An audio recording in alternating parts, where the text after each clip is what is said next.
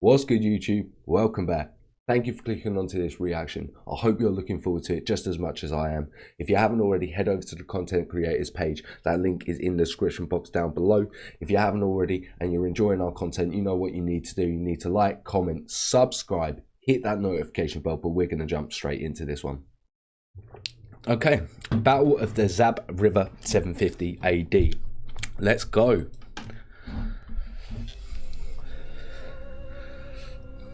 Like I said, let me know if the audio is there, if there's any issues with the audio.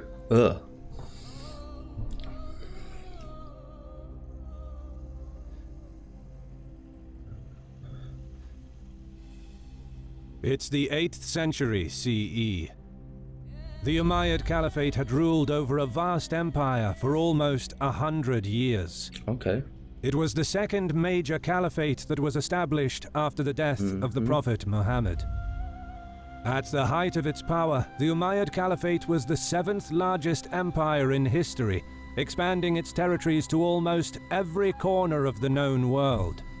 But the final years of the caliphate's history were marked by constant turmoil and internal strife. And now, a new dynasty is rising in the east.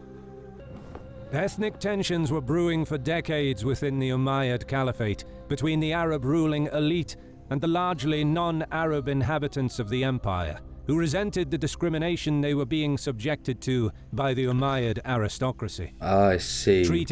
So that's the issue with a lot of empires, is once they sort of start getting other people under their control, other ethnicities, sort of turmoil sort of starts to erupt, sort of trying to manage all of these people within your sort of empire. So yeah, I understand why it starts sort of causing some issues. As second-class citizens, the non-Arabs were excluded from high-ranking positions within the administration, and barred from serving in the officer corps within the army, often forced to pay the jizya tax. But again, I think a lot of empires had that sort of rule, didn't they? I think there was only a few that probably had exceptions that sort of an exception to that. These tensions would soon culminate with the Great Berber Revolt in 739, marking the first secession from the Caliphate, when most of Western Maghreb was torn forever from the Umayyads. The secession of the Berbers reverberated throughout the Caliphate, acting as the catalyst for further developments that were about to unfold. On February 6, 743, Caliph Hisham died and was succeeded by his nephew, Al-Walid II. However, Al-Walid's succession was not well received by several members of the Umayyad aristocracy, and there was also discontent around the empire, since the new caliph had the reputation of being interested more in earthly pleasures than in religion or ruling the state. I can imagine that was also interesting, sort of over time, seeing that some of the leaders wasn't as as interested in the religion side of things, and more as sort of conquest and other sort of materialistic things sort of become a priority to them. It wasn't long before a contender to the throne rose up in open rebellion. In April 744, Yazid III entered Damascus, seized the town, and proclaimed himself caliph. At that point... And what? Forcing the other guy out? Was it that easy? Most of Al-Walid's followers abandoned him, and he was eventually hunted down and killed. Wait, what? Wait, what? No way. That's so unfortunate. Hunted down and killed. Hey. Fortunately, Yazid's reign didn't last long, with the new caliph dying just 6 months later, which further destabilized the realm and created a power vacuum that would accelerate the chaos within. And that's always the biggest problem with an empire, I think, is having a power vacuum. That could be one of the biggest catalysts and reason for the fall of an empire, is a power vacuum. People fighting over trying to get what they can, get a piece of the pie, you know? It was at this point that one of the protagonists of this period rose up and made his bid for the throne. His name was Marwan and would become known to history as Marwan II. Having previously served as governor of Armenia and Azerbaijan, Marwan oversaw numerous campaigns against the Byzantines and the Khazars on the Caliphate's northwestern frontiers. With his experienced and veteran army, Marwan marched into Syria, and after defeating another contender in battle, he entered Damascus peacefully in December 744. Okay, so he's now the new It took another 2 years, with numerous sieges and battles in Syria, to completely pacify the region. Okay, so it took him a while, and he's getting it a bit more stable now, so that's interesting. But while Marwan was busy quelling revolts in Syria, both Egypt and Iraq rose up against his rule. The Caliph was forced to dispatch a large army to Egypt and successfully quelled the revolt there. See what I mean? Like, so many regions of the empire are rebelling, so you're having to spend time and resources to quash these. It's just time and resources, which puts a strain on the government's power. And especially if another state comes in at one of these points and starts putting pressure on you, and you're having to deal with revolts, then also an outside pressure, your empire is nearly pretty much might as well be gone. Bigger army, bigger diplomacy. He then rushed east, mobilizing his troops in Syria to intercept the rebel army at Al-Ghaz in late summer 746. Successfully killing the rebel leader and forcing the remnants of his army to abandon Upper Mesopotamia. Okay. This continuous turmoil after Marwan's ascension to the position of caliph came to be known as the Third Fitna, or the Third Muslim Civil War, which lasted for most of his reign. Okay. But just as Marwan was trying to consolidate his position in Syria and Mesopotamia, another flag of rebellion was raised in the east. It was the Abbasids from the northeastern province of Khorasan. This man really had to deal with a lot, and all of these provinces just rising up against him. The Abbasids were an Arabic dynasty, descended from one of the youngest uncles of Muhammad. They claimed to be the true successors of the Prophet by virtue of their closer bloodline to him. Their revolution, however, was far from spontaneous. Instead, it was an outcome of decades-long planning and preparation. Oh, they were smart. They knew what they were doing. They were just waiting for the right time, and they think it's now. Interesting. Abbasid missions ushered a campaign of proselytism that lasted for decades. They sought to gather support behind a member of the house of the Prophet who shall be pleasing to everyone, but being especially careful not to make explicit mention of the Abbasids. Okay.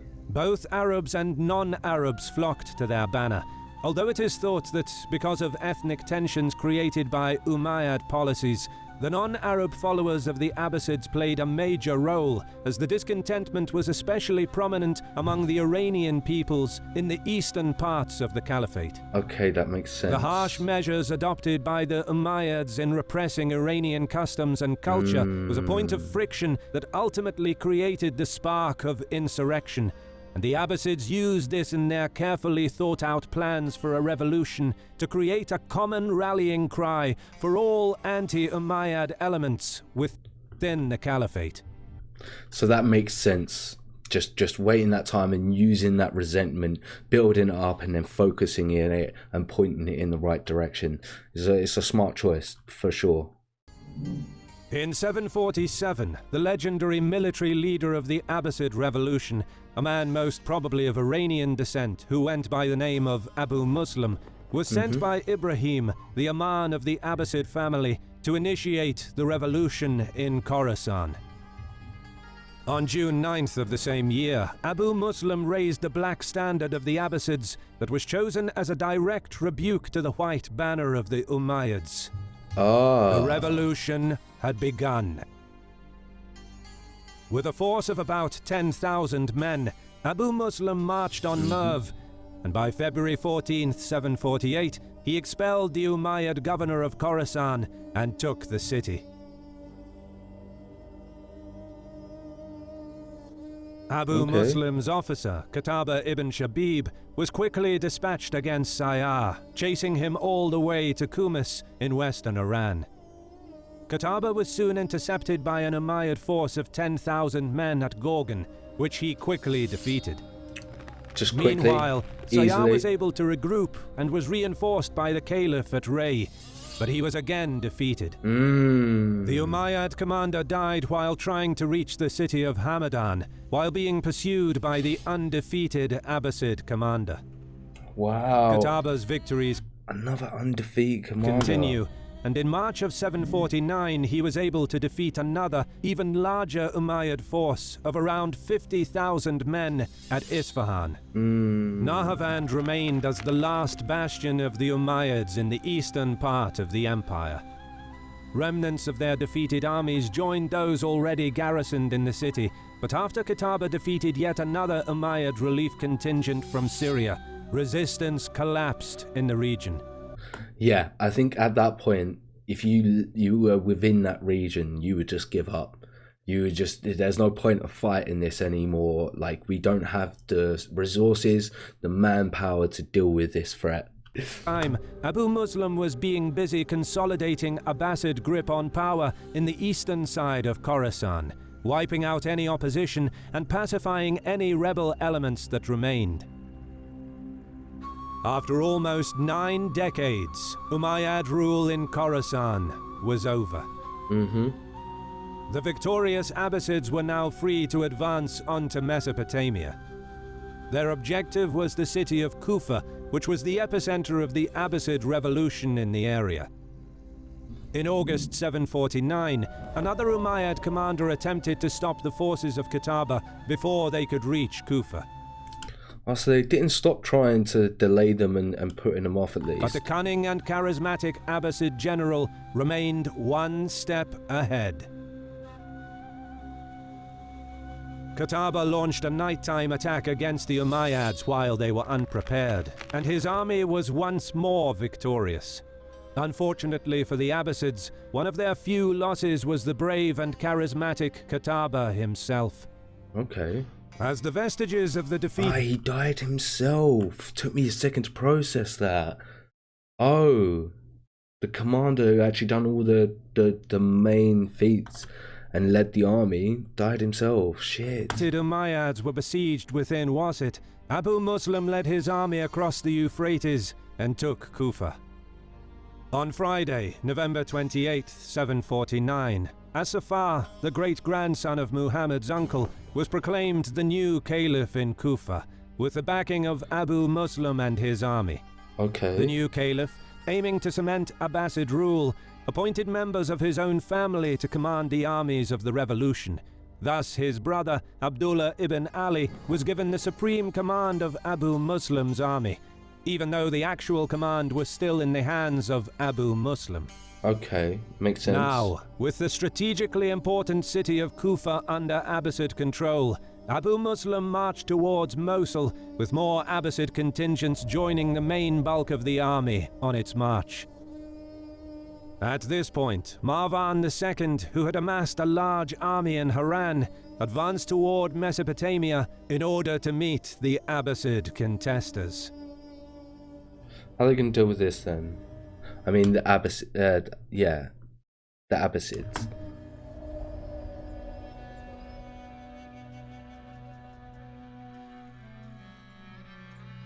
The exact numbers of both sides are uncertain, but the Umayyad army under Marwan is thought to have been around 120,000 men strong. Okay. On the other hand, the Abbasid army under Abu Muslim was... Yeah, these old maps are interesting. Which one's cavalries? Is it the things at the front? Are they cavalry, or are they spearmen? What are these guys? Anyone know? Anyone know what these guys at the front are? significantly smaller and would not have exceeded 35,000 to 40,000 men. Despite the numerical disparity between the two forces, Abu Muslim's army was highly motivated. with pristine morale and battle-hardened due to their repeated victories, while the Umayyad army's support for Marwan was lukewarm and their morale was damaged. It was a cold morning on January 25th, 750, when the two armies finally met on the eastern bank of the greater Zab River. The soldiers of both armies turned towards Mecca, lifting their hands in prayer. When the morning prayer was finished, the battle drums of both sides started thumping. The outcome of this clash would decide who. On a muster call, both armies fell into compact battle arrays. Cavalry first, then the infantry with archers and pikemen. To the one side flew the white banners of the Umayyad dynasty. To the other one, the black banners of the Abbasids. The Abbasid commander knew that in order to have any chance of prevailing against the overwhelming force of his enemy, his army needed to rely on steadfastness, discipline, determination, and tactics. While the Umayyad Caliph's battle plan relied heavily on the sheer and brute force of his massive army and the renowned strength and momentum of his cavalry. On a signal, hostilities were initiated by the skirmishers of both armies. Thousands of arrows were unleashed, with each side probing for weaknesses and testing the resilience of their adversaries. Soon, the hail of arrows subsided, and the archers retreated behind their respective main lines. An eerie silence fell over the field of battle, interrupted only by the sound of flapping banners and the occasional clanging of spears and shields. The moments before a fight must be so terrifying. Absolutely petrifying. These were real men. Abu Muslim's infantry then advanced slightly, presenting a solid line of spears to their Umayyad adversaries, trying to provoke them into action. All of a sudden, Marwan unsheathed his sword and cried out, "To God we belong! To him we shall return!" It is impossible to estimate the exact number of Umayyad cavalrymen that charged against Abu Muslim's tightly arrayed spearmen that day. What? They're running towards spearmen? But they were several thousand. One Abbasid soldier described the large Umayyad army by saying that the Syrians attacked them as if they were a mountain of iron. This mountain of innumerable thundering hooves swept through the field, heading straight toward their enemy, endeavoring to once and for all destroy the pretenders. Surely you would try and get a flanking maneuver with your cavalry, right? This don't seem right to me. But Abu Muslim was prepared for this eventuality and had his army specifically trained to receive the charge of Marwan's cavalry. Despite the horrifying prospect of the impending impact with thousands of galloping horses, the Abbasid troops held their nerve and stood their ground. It wasn't long before the two forces clashed. Thousands fell from both sides during the initial impact, and the tremendous momentum of the cavalry almost caused the solid Abbasid line to give way. But it didn't. It stood, right? Abu Muslim's disciplined spearmen were able to retain their formation and neutralize the initial shock of the charge. Now the battle devolved into chaotic individual combat, with numerous Umayyad horsemen dismounting in order to fight more effectively in close quarters. Wow, all that advantage of your cavalry just being taken away because you're getting on foot. Wow, I can't believe it. But the dogged Abbasid spearmen began to get the upper hand. With losses mounting for the Umayyad cavalrymen, the Abbasid troops were able to synchronize their efforts and gradually push back their foe. At this critical moment, Abu Muslim ordered his entire army forward.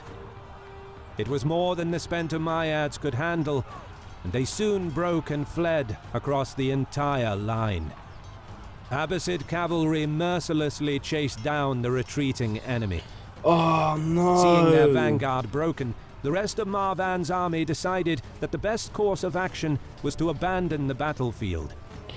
Oh my god, they're just gonna run. They're not even they're not even going to use the damage that the cavalry done, even though it was probably not that much and not that significant. They're not going to take advantage of that and then basically send the infantry in. Everyone just runs. Oh my God, this is so unfortunate. So many mistakes made. Peak. But with the river Zab at their back, blocking their line of retreat, thousands more drowned during the massive rout.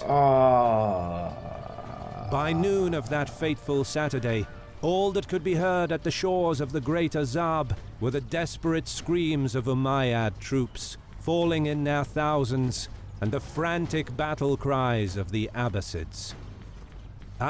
Oh my God, they were drowning and just getting slaughtered on the retreat. Oh no, this is so unfortunate. Abu Muslim and the Abbasids were triumphant. The Umayyad Caliphate was no more.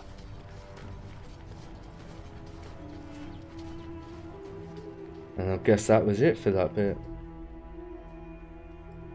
Marwan managed to survive the carnage of the battle by fleeing to Syria and then to Egypt. But he was chased down, captured, and eventually executed. Marwan's death signaled the end of the Umayyads, and the victorious Abbasids proceeded to eradicate almost the entire Umayyad dynasty. Eradicated the dynasty. By April, Damascus fell, which effectively put an end to Syrian domination of the Muslim world. Abul Abbas Asafar became the first caliph of the Abbasid Caliphate, and the ruthless and charismatic Abu Muslim, who spearheaded the new regime, made sure that power shifted away from Syria and to the east by setting up the capital at the city of Kufa. Okay. This signaled the dawn of the Abbasids, which ushered a new age of cultural and scientific blossoming in the Islamic world that would last for centuries to come. All very interesting. Special thanks to our friend Hawk S. Bellum for collaborating with us on this video. He also makes very, very interesting. I'd like to know a bit more about that age within the sort of Muslim empire, and I very much enjoyed that reaction. If you haven't already, head over to HistoryMarche Page, links in that description box down below. Yeah, I really enjoyed that one as well.